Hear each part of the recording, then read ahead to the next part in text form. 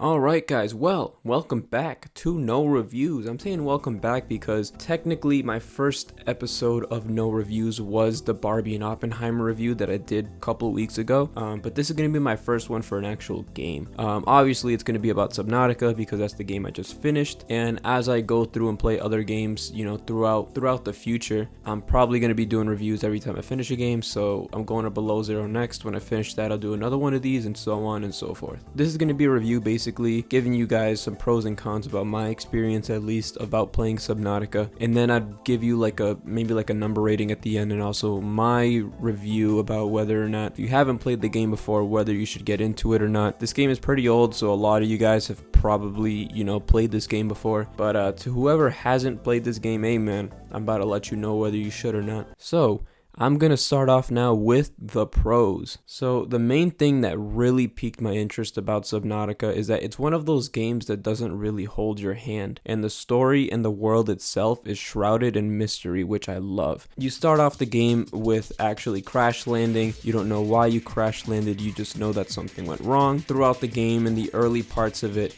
you get some radio transmissions here and there, basically pushing you towards some story objectives. So like some of the survivors, they put out some radio transmissions. Well, can't really call them survivors because everyone fucking died except for you. You're the chosen one in this game. But in the early game, they do push you to go find some other escape pods. They push you to go to the Aurora. They push you to go find some things, but that's only in the beginning portion of the game. Once you get past all of that, there's nothing else. It's all just strictly you. You have to go find where you have to go next. Usually that involves going deeper and actually facing your fears and having to, you know, not stay in the shallows the entire game. So I really do enjoy that there's not a lot of hand holding. It's all basically just what you can do to figure out how to move forward. As for the mystery with the story, I also do like how, just like how they don't hand hold you for gameplay, they don't hand hold you for story wise. It is up to you to go find out why you crash landed, what planet you're exactly on, what lives on that planet, and how to get off. That is purely up to you. And again, I do like the mystery about all of that because it's because honestly, I'm a sucker for lore. Give me some good ass lore, I will enjoy the fuck out of a game or a movie or a show, whatever it is. Give me some good lore, I'll get invested into that shit. So they did a really good job with all of that. Speaking about the world too, the dev team, you guys did a good ass job with the biomes. Now there's not a lot of biomes in the world that you can actually explore. I don't know how many there are off the top of my head, but there's not a lot. So you're gonna run into a couple repeaters here and there. You're gonna go through the same ones a lot, but each biome is very different, so each one offers a different experience. So if you go to the crash site, everything is all orange and yellow, and you got the occasional reaper on the other side. You got some sand sharks popping out of the sand trying to bite your nutsack. And then you go to like where all the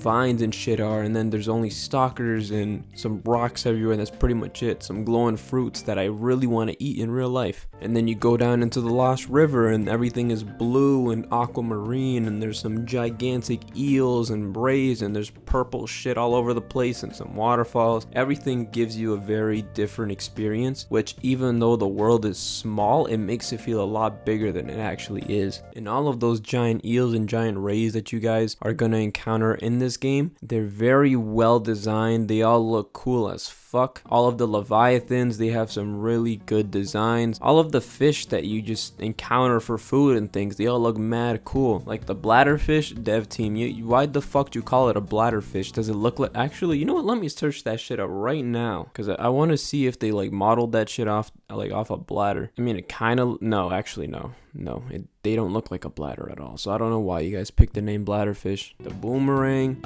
that's also, I'm very confused on how the fuck they came up with that, because looking at its anatomy, there's no way that shit could swim as fast as it does in the game. Look how it's built. There's no way that could actually move in a real life scenario. Put that shit in a fish tank, it's gonna sink to the bottom and not move. It's not gonna go anywhere. It's gotta move like a seahorse, go with the current, or else it's fucked. I'm not a biologist or some shit, so I can't really speak on that, but the fauna, they're pretty cool. Except for the acid mushroom too. Fuck the acid mushroom. And finally with the pros, now the world does look very beautiful as well. As a game that came out a long time ago, you'd expect it to kind of show its age a little bit, but that's not the case here. A lot of that has to do with the big thanks to, if you're on console, they have next gen upgrades for it, so it makes it look a lot better. It could run some pretty high frame rates with a really good resolution, so you shouldn't have any problems there. If you're playing on PC, I heard there's a bunch of different mods, a bunch of different shaders, things like that that you can use to make your game look look better. And also the game has built-in like filters that you can use, so you can make it look more cinematic, you can make it look like a little more washed out. There's not a lot of them in game, I think there's only like 3, but it's pretty cool that they gave you that option to actually use. Now gameplay wise, it is like your basic survival game. You got to go around, you got to find materials so you can build stuff, you can make vehicles, which are going to be your main modes of transportation, and then you also have upgrades for your simple things like your knife, and also, you know, vehicle upgrades that you can use to make things easier for your living on the planet. So yeah, overall I will say I did enjoy my experience with Subnautica.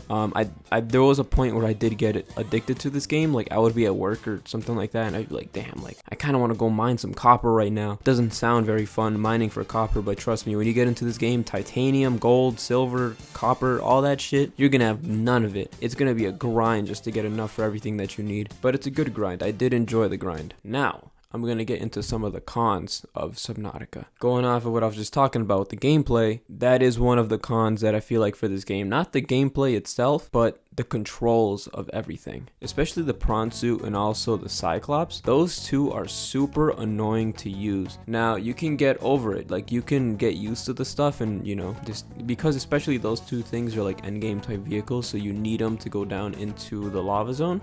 You kind of have to get used to it. They force you to get used to it. And you do. The Cyclops, its steering is so bad, its turning radius is fucking horrible, but then again, it's a submarine, so I can't expect this shit to drift like it's a fucking Miata. I guess that makes sense. The prawn suit, on the other hand, that one doesn't really make a lot of sense because it's very inconsistent. Now, there could be a single mushroom on the floor in front of you, just a little tiny mushroom that you would think a gigantic robot would be able to step over, but it doesn't. It gets stuck. If you do not have the upgraded thrusters on the prawn suit, your life is going to be hell, because just walking along the seafloor, you're going to get stuck on everything, and man, what is it annoying. At least with the upgraded thrusters, you have more power and you can use them for a little bit longer, so you can just keep using that, let it recharge after a little bit, and then just keep using it so you don't have to touch the ground. But before that, when you know you have the weaker ones and then you have to wait for it to recharge and then you have to walk on the floor, it's not the best experience, because man, you're a giant robot and you're telling me you can't step on a fucking mushroom. What are you, allergic?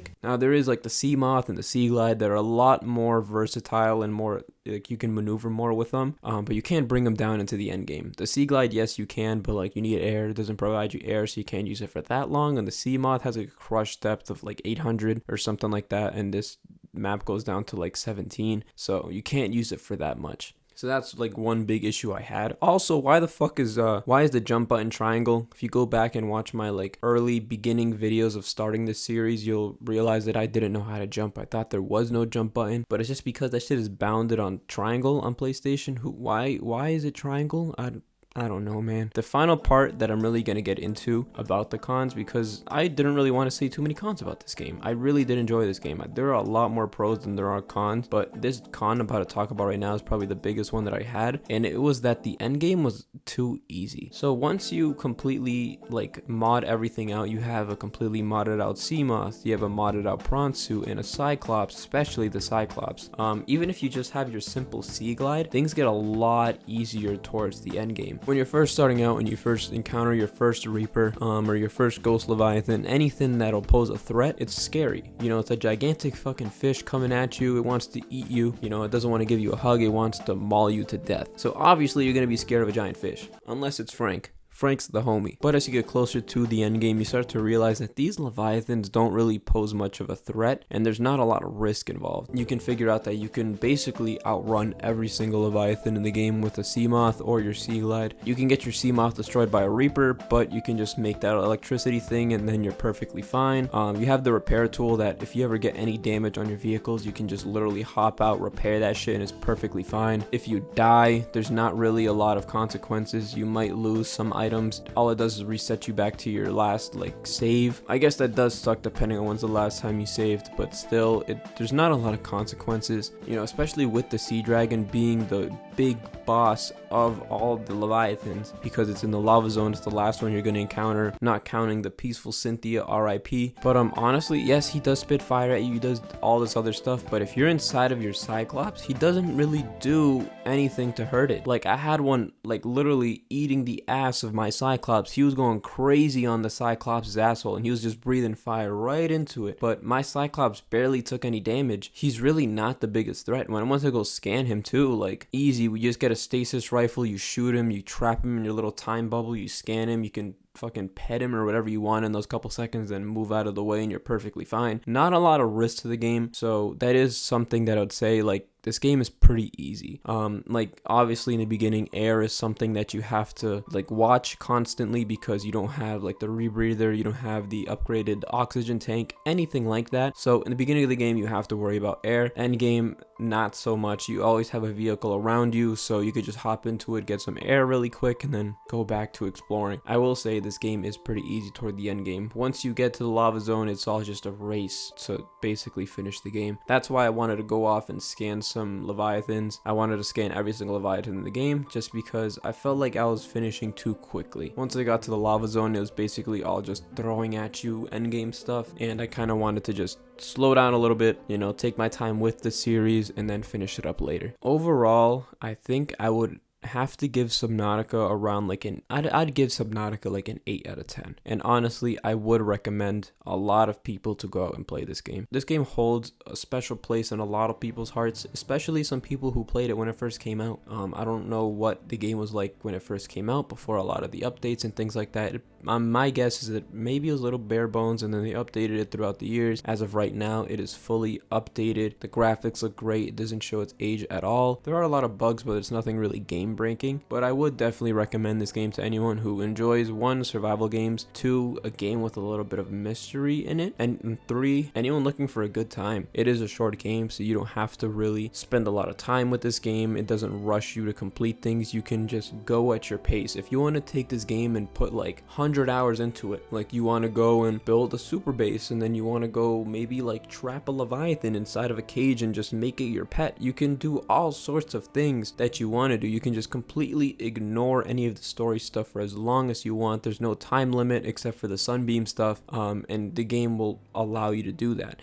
If you want to go faster, you want to just focus on the story, you're a very story driven person, you don't want to do any side missions, which there aren't any, but you don't want to go do some like other stuff, you can just focus on the story, speed run that shit, go ahead. Like, it's a good time for anyone. So yeah, this will basically end my original Subnautica journey. It has been a long time since I started the first one. I feel like I've come a long way. Back then when I was first uploading videos with my first Subnautica one, I feel like I still kind of felt like an amateur. Like, I would have to cut out a lot from my recordings because I would just go silent. I wouldn't really know what to say. But as I'm consistently putting out videos, I feel like I'm starting to get better. I know how to talk more, how to hold my sentences better together. Let me not say that, because watching me just start, bro, you guys have no idea because I edit these shits. You guys don't watch the unedited ones, but like sometimes I gotta repeat myself like 3 times because I just be fucking up what I say. But thank you to everyone who did support me throughout this original Subnautica journey. It has been a really great time for me uploading all these videos, seeing you guys show your support. Like, I remember when I think it was the first Subnautica video or the second one, because before this I wasn't really getting any views like at all. I remember that I uploaded and then just a couple friends would be the only ones commenting, trying to, you know, force the algorithm to push the videos out to some people. And then I remember I was at work and I checked my email and I saw like new comments from people I don't know, which is crazy. Like, I saw someone comment and it wasn't one of my friends, it was someone, like a random stranger, and I was like, yo, like, this is mad cool. Like, this is my first comment from someone I actually don't know. Again, thank you guys for the support. After this I will get into Below Zero, so look out for that probably next week. And yeah, this was No Reviews. Thank you guys for watching, and I will see you guys in the next one.